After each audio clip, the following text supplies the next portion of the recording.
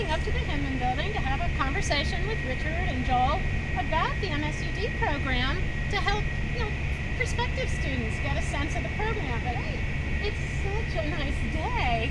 I almost wish we were just staying outside. But come on with me. Okay, let's go. All of the graduate architecture studios are in here, and some of the undergraduate studios. Take a look at it. I love the main room. It's just an incredible space. Whoa. It's amazing.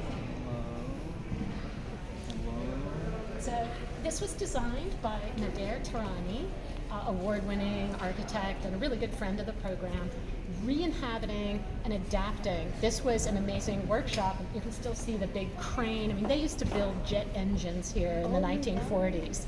And so now it's just all the studios, and the urban design studio is in what used to be one of the small libraries. Here's the MSUD studio, at least this year. We're in different locations, different years. But we've got 18 students kind of packed in and working away. And Richard Dagenhart is the professor. He'll be telling you about the actual project they're working on this year. But you can see lots of computer work, lots of hand drawings, a wide mix.